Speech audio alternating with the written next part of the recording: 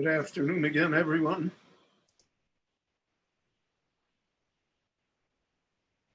The first section of the Parsha Mishpatim deals with a subject that, on the surface at least, is very foreign to us. It describes for us an Eved. An Eved is a slave. And it describes for us an Ummah,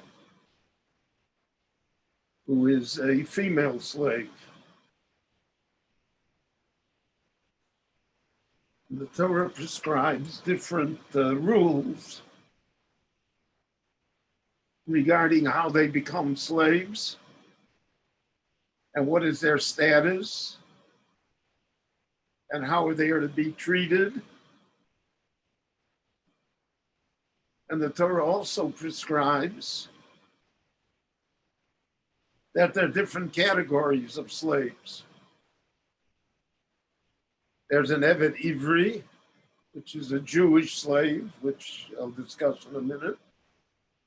There's an Ummah Ha'ivriya, which is a Jewish girl that is sold by her family, by her father, into slavery. It's really into servitude. And then there is an Eved Kanani, a slave who is not Jewish. And then there's finally an Eved Nirtza, an Eved that has his the lobe of his ear punctured.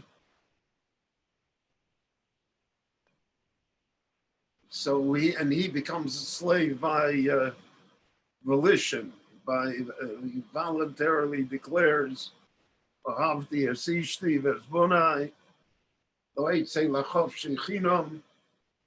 I don't want to go out, and I'm very happy to remain a slave. So then the ceremony was that his ear was pierced and that he remained a slave until the Yovel. So let's analyze it a little. It's a very foreign topic to us on the surface. Though I think if we look at it more deeply, it is not foreign at all. It's something that is accepted in our society.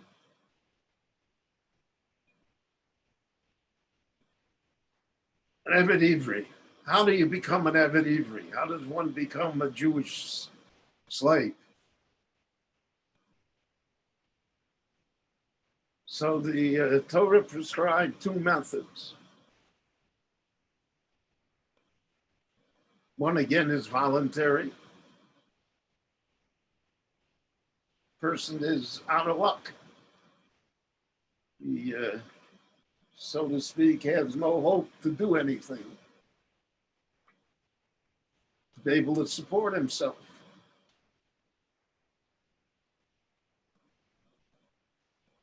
So he becomes subservient and dependent upon others. And he becomes a slave to a master.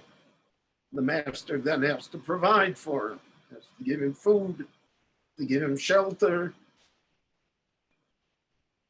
gives him a wife, a family. Cannot overwork him. You cannot mistreat him. Cannot abuse him physically or otherwise.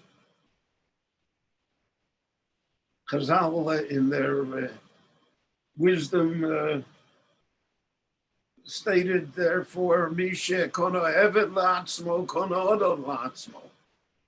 A person that acquires a Jewish slave really acquired a master for himself, because in all matters, the slave comes first. If there's only one piece of steak in the house, the slave eats it.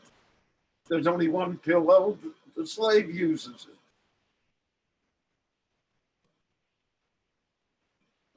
So to a certain extent, the slave is the exalted person. And therefore, Chazal discouraged the practice of owning slaves, because if you own a slave, you really are the slave. I mean, we know that all of us have experiences with the domestic help, that really the domestic help run our lives. We're subservient to them.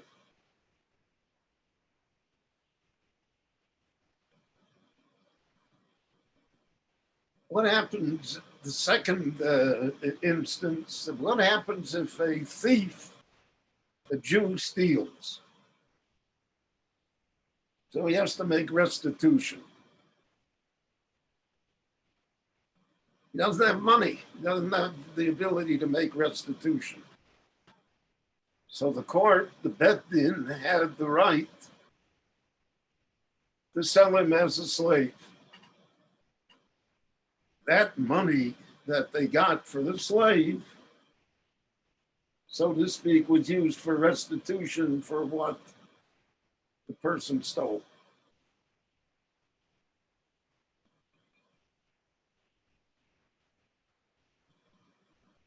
So this is an involuntary slavery.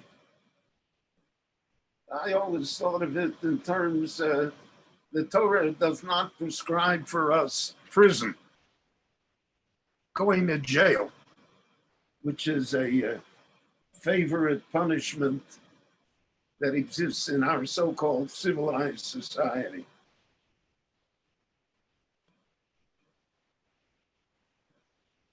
Person committed a crime, person cheated, stole, whatever. Then the punishment is jail. Here in Israel, jail is not very lenient, not in terms of length of the terms. The terms are very long, much longer than in the United States, for instance. And the conditions are harsh.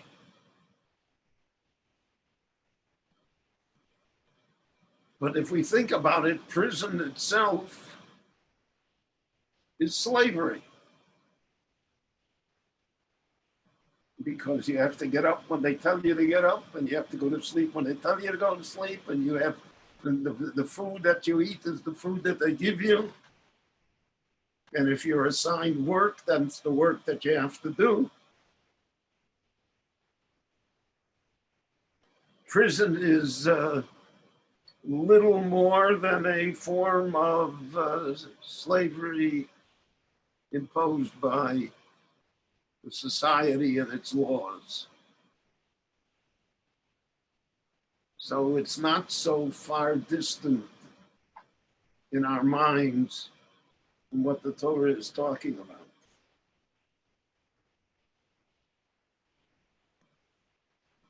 And the person can be freed from slavery, he can be redeemed, buy him back.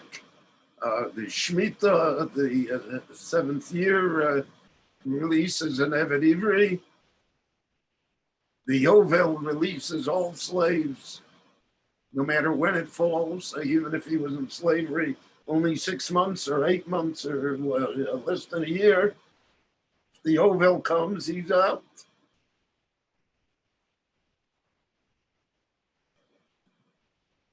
So I think if we think about it in those terms, we compare it to prisons or to jails or to all types of things such as that, and it's not as foreign to us as we first thought it would be. But then there's an Eved Nirtza, an Eved that his ear has to be pierced. So Rashi here quotes the famous Gemara. Why do we pierce an ear? We do not find that in Judaism to destroy the human body as a punishment. In the Sharia law, thieves have their hands cut off. We don't have any such concept. But we do have this halacha of Eved Nirtza, that his ear is pierced. So Rashi quotes the Gemara in Sanhedrin. Ozen sheshoma al har Sinai ki li b'nei Yisrael avodim. The ear that heard on Sinai, meaning the ear is aware, right? We heard the lesson that the Rabbanu Shalom declared, Ki li b'nei Yisrael avodim. Excuse me again. Hello? Call back in 5 minutes, 7 minutes, okay?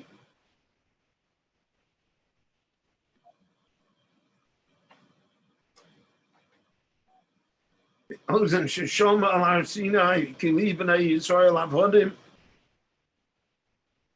That he heard that on Sinai, and he somehow arranged that he should be sold as a slave.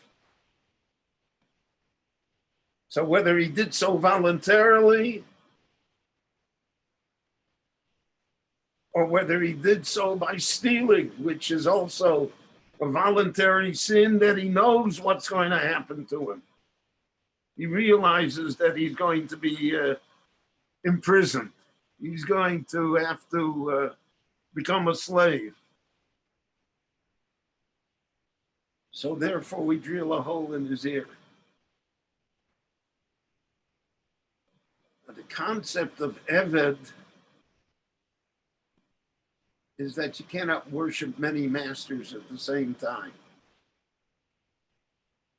The Word discusses all sorts of instances where partners own avodim. What if one of the partners frees them? It's a whole complicated thing in the Gemara. But the basic message is none of us were born to be slaves to other human beings. That was not the purpose. That's not our role. That's not what we should somehow agree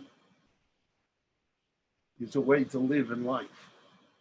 Whether to own another person or to be the slave makes no difference.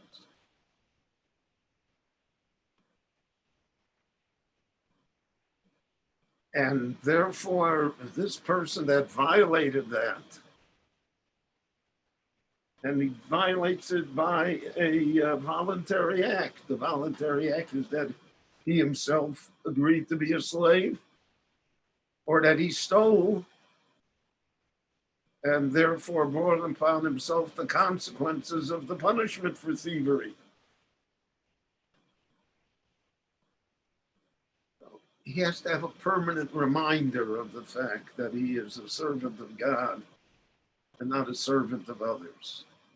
The permanent reminder is this little puncture in his earlobe.